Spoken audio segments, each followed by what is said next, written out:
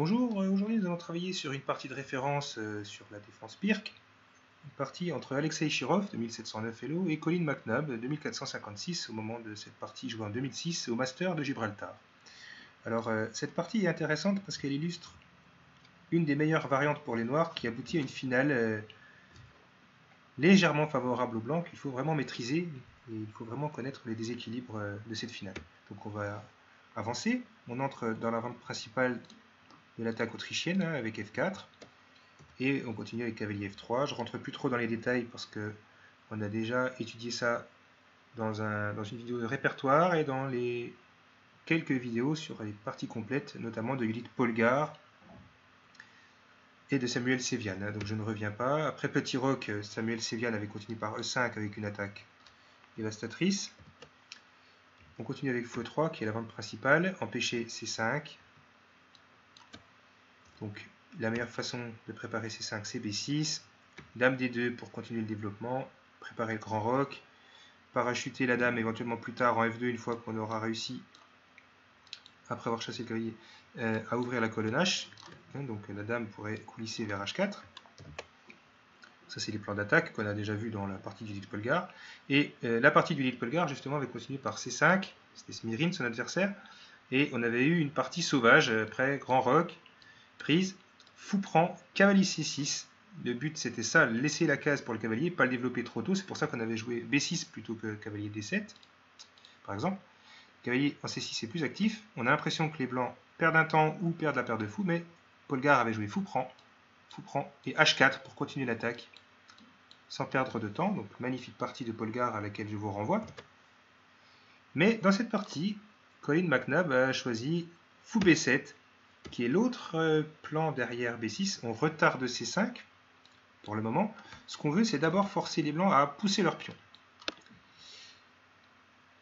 Et après, on verra si on joue C5 tout de suite ou plus tard. Et parce que défendre le pion E4 simplement avec fou D3 ici, c'est pas très satisfaisant parce que la colonne D serait fermée, du coup, serait bouchée, et on pourrait de toute façon jouer C5 avec l'idée derrière de jouer C4, par exemple, si jamais les blancs s'obstinent à rester en place. Parce qu'on dévierait le fou et du coup le pion E4 serait plus assez défendu. Et si le pion E4 disparaît dans la Pirc, autant dire qu'on est moins bien avec les blancs. Donc de toute façon, les blancs, tôt ou tard, vont devoir jouer 5. Donc ils le font tout de suite, puisque leur fou n'a pas encore décidé de sa destination.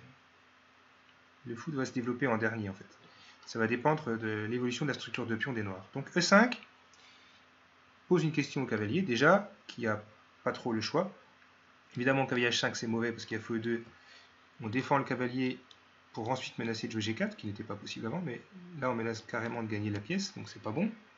Après E5, évidemment, il faut analyser les prises, donc on peut regarder D prend E5. Mais encore une fois, si on reprend, c'est pas le meilleur coup parce qu'il y aura cavalier G4 et derrière C5 qui fait sauter D4 et du coup le pion E5 qui sera là sera faible. Non, on reprend du pion D.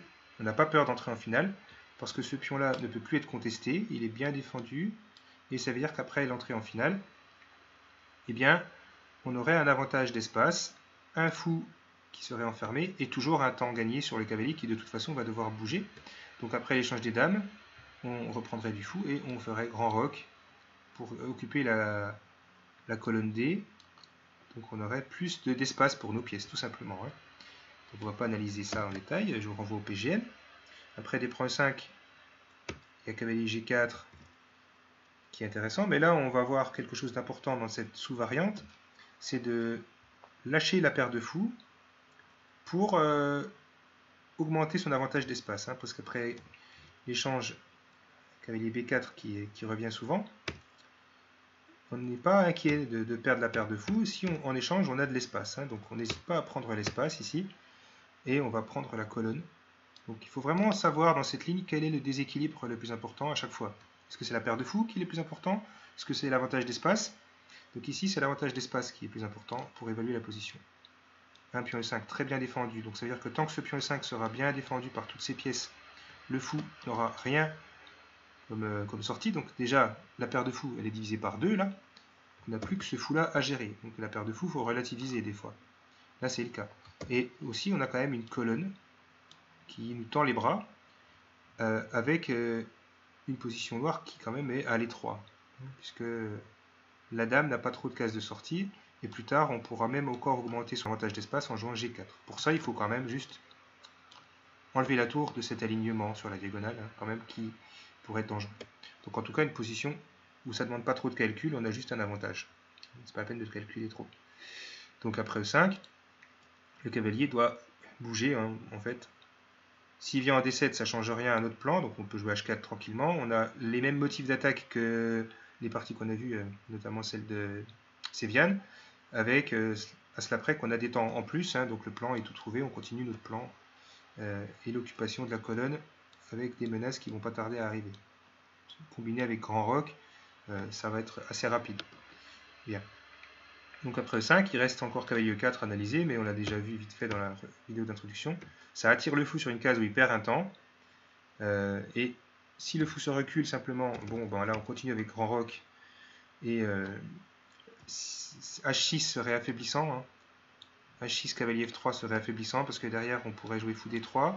Le pion G6 n'a plus qu'un seul défenseur. Ça veut dire que si on arrive à dévier ce pion-là en jouant E6, après fou D3, eh bien le pion G6 serait sous pression. Autant dire que le roc commence à craquer de toutes parts, il commence à s'affaiblir. Donc affaiblissement du roc, cavalier G5, c'était ça le but. Bien.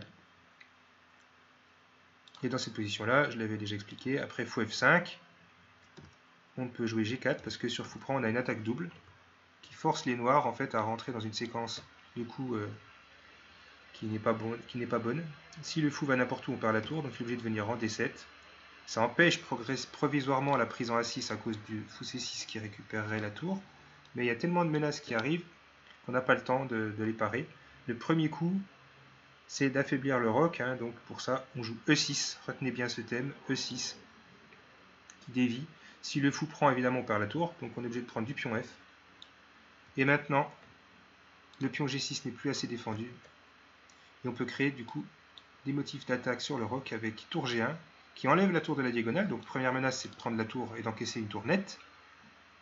Et deuxième menace, c'est cavalier prend, suivi de dame prend, G6 échec, qui mène au mat. Donc il ne reste plus que fou C6, on attaque la dame, mais dame H3 crée deux menaces de nouveau, dame prend H7 et dame prend E6. Donc là, les blancs sont pratiquement gagnants. Ce qui veut dire qu'après E5, le cavalier est obligé de venir en G4 de toute façon.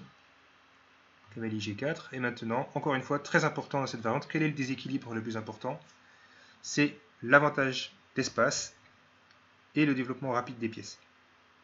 Donc, on fait grand roc. De toute façon, l'échange en E3 ne réglerait pas le problème, parce qu'on aurait dame prend avec une colonne D qui nous tend les bras si jamais les noirs se libèrent, et derrière un plan qui de toute façon continuera. Si le cavalier s'échange, on sait que ça fragilise le roc, le cavalier ne peut plus venir en défense, et on continuera notre plan de toute façon. Vous voyez, donc c'est pas la peine d'analyser en détail. Les prises en E3 ne sont pas bonnes ici, étant donné que la paire de fous est moins importante ici que l'avantage d'espace. Très important. En plus, le fou E3 n'est pas si bon que ça pour le moment. Donc là, les noirs doivent faire un choix. Ils ne peuvent pas subir éternellement. De toute façon, H3 va pas tarder. Ou même, maintenant qu'on a mis la tour ici, peut-être même un jour fou G1 et H3 qui placerait le cavalier dans l'embarras, parce qu'après le cavalier H6, il y a encore G4 qui pourrait être possible une fois qu'on aurait protégé le cavalier. Évidemment, parce que c'est négatif. Donc ça, c'est des plans tranquilles. Mais on peut aussi laisser le fou en E3, on l'a dit. C'est pas un problème, donc on pourrait tout aussi bien continuer notre plan, simplement en sortant nos pièces, en sortant ce fou par exemple. Ça serait suffisant. Mais H3 a l'air d'être intéressant. Donc, grand roc, C5, ça semble le plus logique, il faut se libérer. Supprimer ce pion pendant qu'il en est temps, parce que ce pion soutient bien E5, et du coup, si ce pion disparaît, ce pion E5 sera sous pression, puisqu'il est attaqué une fois, deux fois et trois fois par le cavalier. C'est pour ça que le cavalier n'a pas intérêt à s'échanger trop vite en E3, parce que son vrai rôle, c'est de faire pression sur le centre. C'est ça son vrai rôle. Bien, donc après C5, on a une grosse tension. On a l'impression qu'après la prise, eh bien, on est obligé d'échanger en E3, hein, parce que après B prend C5, il y a fou prend, et on a un méchant clouage du pion.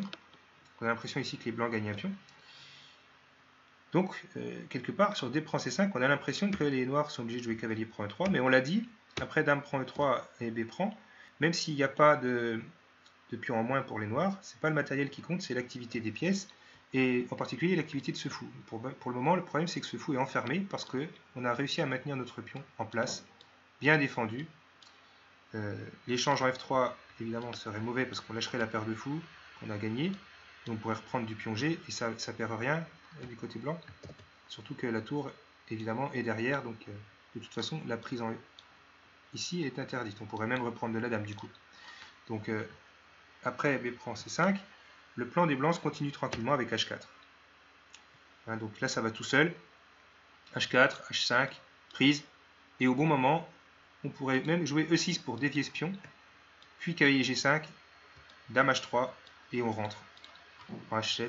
Donc tout ça, c'est de manière un peu schématique, mais c'est le plan qui arrive, hein, avec l'affaiblissement du roc. Donc l'affaiblissement en deux temps, hein, toujours pareil. D'abord H5, H prend G6, puis deuxième temps, on supprimera le dernier défenseur du pion en jouant E6, si besoin. C'est pas toujours nécessaire d'ailleurs, parce que cavalier G5 tout seul suffirait, hein, même. Après l'ouverture de la colonne H, on peut tout aussi bien jouer cavalier G5 et dame H3. Ça doit être très, très fort aussi, de toute façon, puisque le roi ne peut pas se libérer facilement. Donc tout ça, c'est analysé avec le PGN pour compléter. Mais vous voyez les plans d'attaque. Bien. Donc après, D prend C5, B prend C5. On a l'impression que les blancs gagnent un pion, mais c'est la meilleure suite à choisir pour les noirs. Parce qu'après fou prend C5, on a un coup de défense, plus exactement de contre-attaque, qui est intéressant. Et ce coup, c'est dame A5, comme dans d'autres lignes. L'idée, c'est qu'on attaque le fou, et si le fou recule n'importe où, de toute façon, on se rend compte que le pion est perdu. Le pion 5 va être pris. Donc là, on a l'impression qu'on récupère le pion 5 avec les noirs.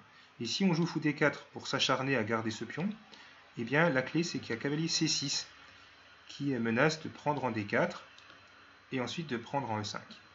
Donc plusieurs possibilités intéressantes. Donc ça commence à s'activer pour les noirs. C'est ça qui est intéressant. Pour le pion, il y aura vraiment de la compensation. Il faut faire attention ici, il faut vraiment connaître, hein, c'est une ligne qu'il faut connaître. C'est tactique au début, et ensuite on a une bonne finale. Mais si on ne connaît pas, on n'arrive pas à la finale. Donc dans cette position-là, il faut jouer x3.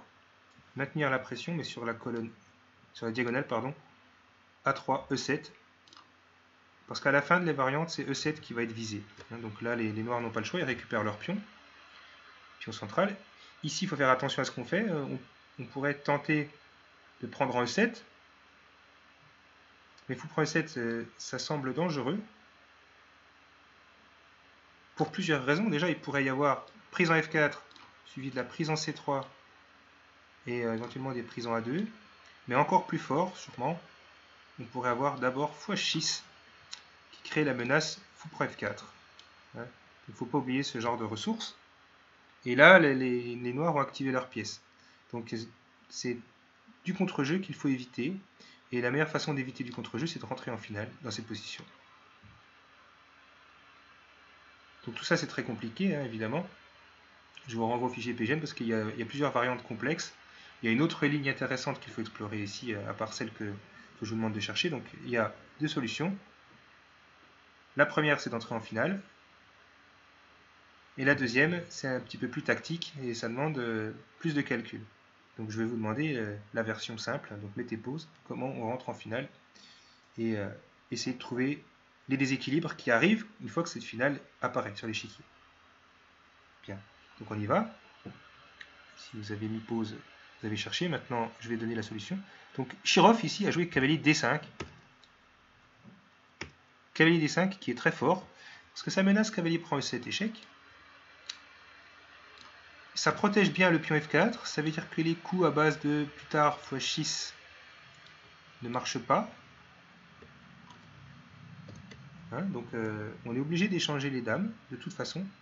Sinon les cavaliers prend E7, échec. Donc dame prend D2, tour prend D2, et ici encore, fou H6 donc ne marche pas parce que le pion F4 est bien gardé. On ne prend pas en E7 parce qu'un cavalier prend E7, roi ici.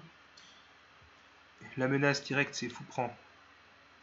Et on voit pas trop comment elle apparaît parce qu'il y a un méchant fou sur cette diagonale là quand même qu'il faut surveiller. Donc c'est dangereux. Mais ici le coup clé, il est basé sur le manque de développement des noirs et sur le fait que cet endroit n'est pas développé. Donc ici, le gros souci des noirs, c'est le retard de développement à l'aile dame. Et ça permet un coup tactique qui est fou C4. Fou C4, conserve le fou de case blanche, parce que sur fou prend B5, il y a fou prend, et la tour est piégée. Donc ça nous amène à un premier déséquilibre qu'on va pas tarder à voir apparaître. Après, tour prend D2, dans cette position, les menaces sont trop fortes. Hein, donc il y a menace de prise en E7, menace de prise en F2, et fou H6 ne marche pas. Hein, donc fou H6 ne marche pas à cause de fou C4. Je l'ai déjà dit. Et on n'a pas le temps de prendre F4 parce qu'il y a le cavalier qui surveille. Et à l'arrivée, il y a ce pion ici aussi qui va sauter. Donc trop de menaces, on est obligé d'échanger en D5. Donc tour prend D2, fou prend D5, tour prend D5, et on entre vraiment dans la position de départ de cette finale qu'il faut vraiment maîtriser parce qu'il y a des déséquilibres qui sont riches. Première chose donc, essayez de définir les deux déséquilibres principaux qui sont plutôt en faveur des blancs. Bien, donc vous mettez pause et vous essayez de trouver les déséquilibres et le plan qui va avec. Donc, on y va. Attention, hein, donc pensée schématique, s'il vous plaît.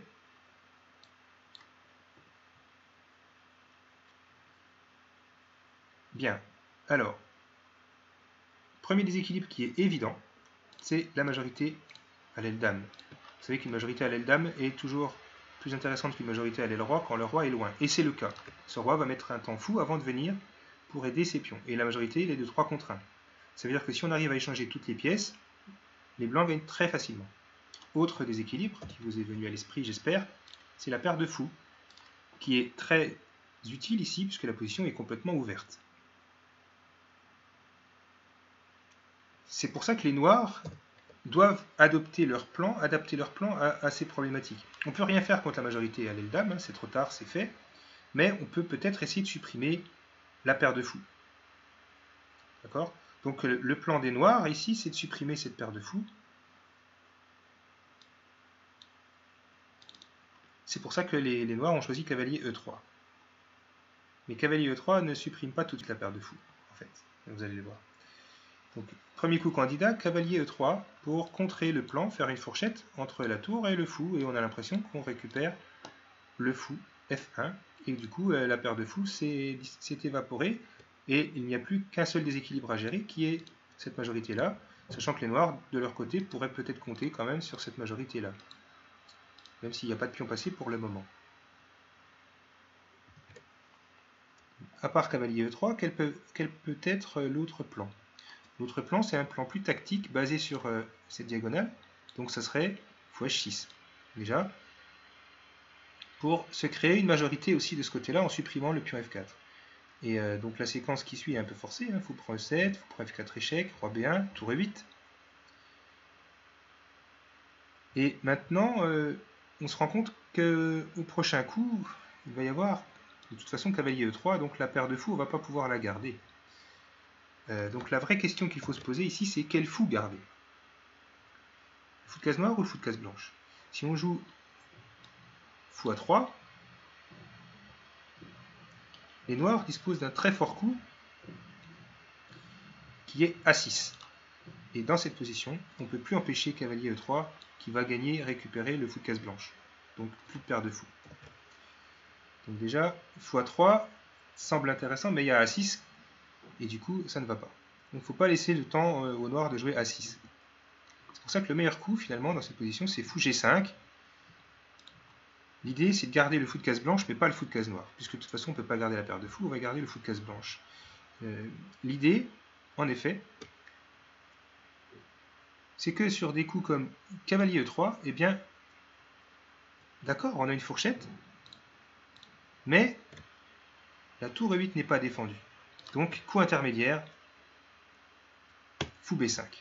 Très fort coup, parce que sur cavalier prend D5, évidemment, il y a fou prend E8. Et l'intérêt d'avoir un fou ici, c'est qu'il empêche le cavalier de se développer sur les cases blanches. En fait, on coupe les oreilles du cavalier quelque part, et ça entraîne un retard de développement de toute cette partie de l'échiquier. Donc le fou joue son rôle en finale. Hein. Ce fou de case blanche joue un rôle vraiment extraordinaire. Et le même motif apparaît après fou G5. Si les noirs échangent en G5 avant, ça ne change rien. Pardon. Si après fou G5, on échange, fou prend G5, cavalier prend G5, et bien cavalier 3, ça revient même, il y a fou B5 intermédiaire. C'est-à-dire qu'on a le temps de garder notre fou de case blanche. C'est essentiel ça. En plus, les pions sont sur case blanche, donc ça peut être un motif d'attaque en F7 plus tard. Et autre chose, le pion ici C2 qui est passé pourrait arriver sur une case blanche, donc c'est important d'avoir le fou pour défendre cette case de promotion. C'est un autre avantage. Donc, sur fh6, on ne peut pas garder la paire de fous, mais on peut garder le fou de case blanche, et c'est ça le plus important. Donc après tour 3 D5, les noirs ont préféré jouer cavalier E3 pour supprimer la paire de fous directement. Mais ici, il y avait une astuce pour justement éviter ça. Comment garder la paire de fous ici? Donc je vous laisse réfléchir, mettez pause, essayez de garder la paire de fous. Donc, ce coup, c'est tour D3. Pourquoi? Parce que sur cavalier prend F1, en réalité, ben, le cavalier n'a plus de cases, donc on n'est pas obligé de le reprendre. On peut jouer cavalier prend E5. Donc cette prise en F1 perd un pion, perd le pion E5. On a juste un pion de moins, et au prochain coup, on récupère le cavalier. Donc tour D3, ici, c'est très fort. On n'analyse pas tout, mais c'est très fort. Et on peut même regarder prise en F4, fou prend E7. Et sur un coup comme tour E8, il y a fou G5. Et on n'a pas le temps de prendre en F1, pour la même raison, parce qu'il y a fou prend F4 qui arrive. On laisse le cavalier enfermé, en fait. Le cavalier ne ressort pas. Hein, le cavalier prend, fou prend F4, suivi de tour prend F1. Et sur fou prend E7, tour C8, C3. On empêche évidemment la prise en C2.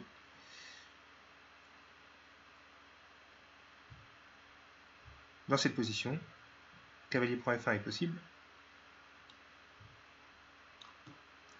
Mais après tour prend F1, c'est le pion F4 qui va être perdu hein, à l'arrivée. Il va être perdu, facile à récupérer avec fou G5. Donc dans cette position, en plus, on peut ajouter que les noirs vont avoir du mal à se développer, parce que sur tout coup de cavalier en C6, il y a la tour qui peut rentrer en D7. Donc c'est un petit peu pénible tout ça. Bien. Évidemment, dès qu'on essaie de jouer H6, on répondra probablement par H4, hein, et le pion F4, on va le cueillir plus tard avec fou D6. Bien. Et on se rend compte de toute façon que dans cette ligne-là, les noirs n'ont pas une vraie majorité exploitable ici pour le moment.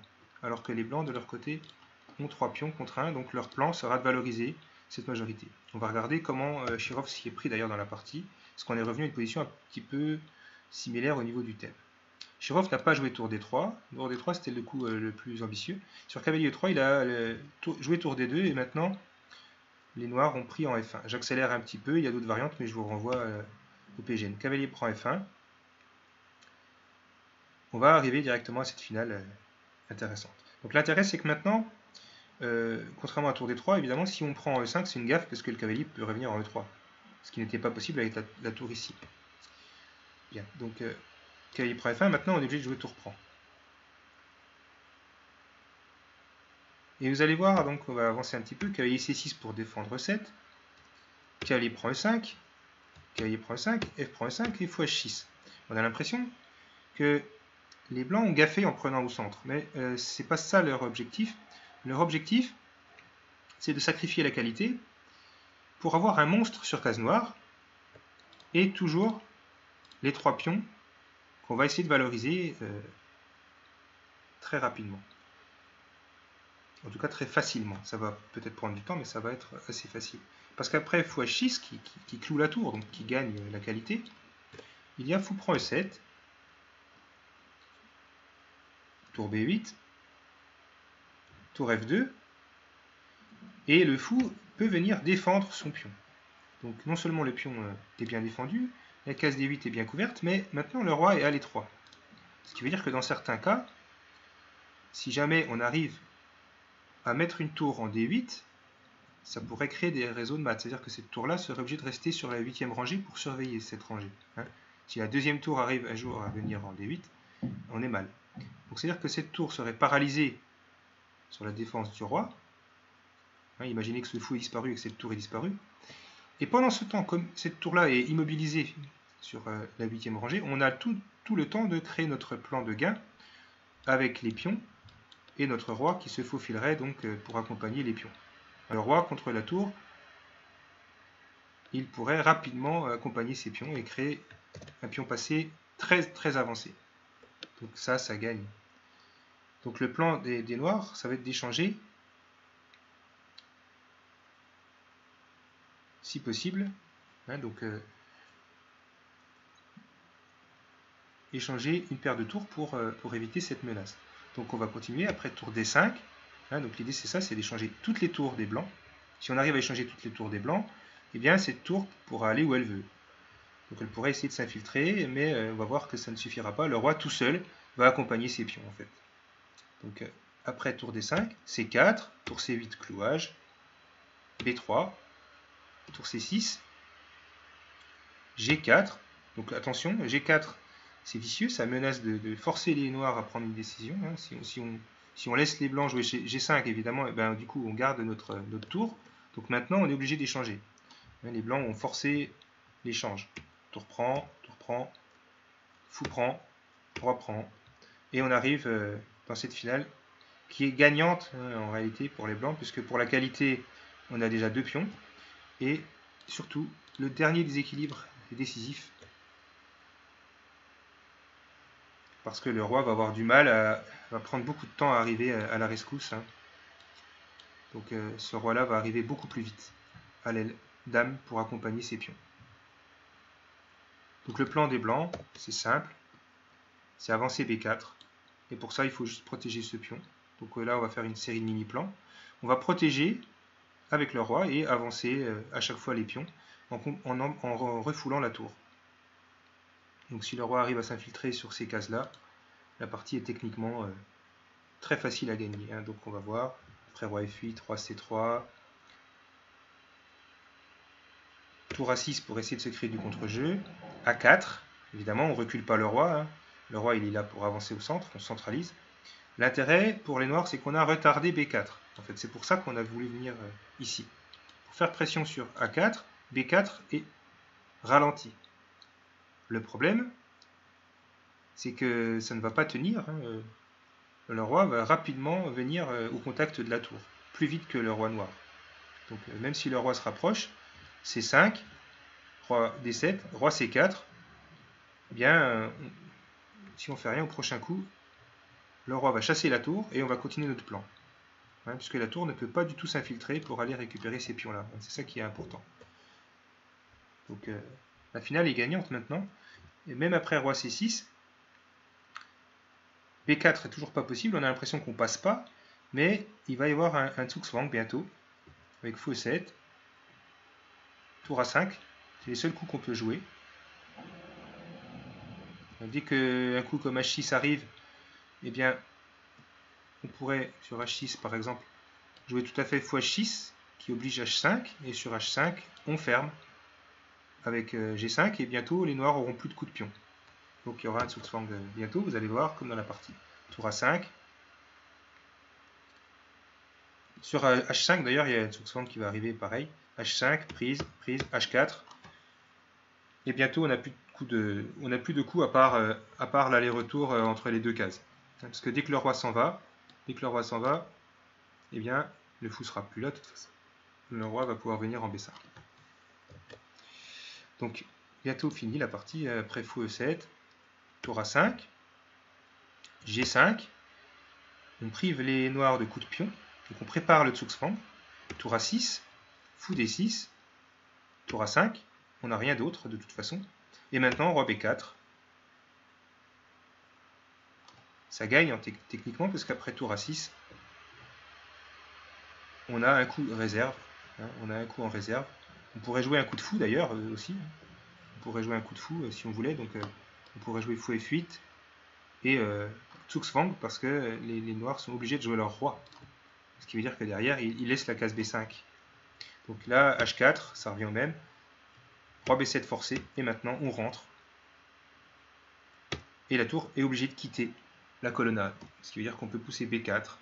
Et maintenant on a débloqué la situation. A6, roi C4, tour C8, roi D5, tour E8. Et maintenant on avance, et plus rien qui peut nous empêcher d'avancer. On chasse le roi, et on pousse A5. L'idée ça va être de chasser le roi de la case déjà, pour ensuite jouer C7 et jouer roi D6 derrière. Donc roi B8. Et maintenant on chasse de l'autre côté. Donc évidemment le plan c'était en réalité oui de le chasser, mais en venant plutôt en D6, pas en B6, c'est encore plus précis. Roi A7, roi C5, tour E6, B5, prise, roi prend. Et maintenant ça gagne puisqu'on ne peut plus empêcher C7. Et le roi va forcément accéder à la case C6 et donc à la case D7. Parce que dès que le roi passe par B7, pour contrôler cette case, il y a A6 qui arrive avec échec. Hein, donc après tour E8, C7, abandon. Parce que sur roi B7, tout simplement, il y a A6.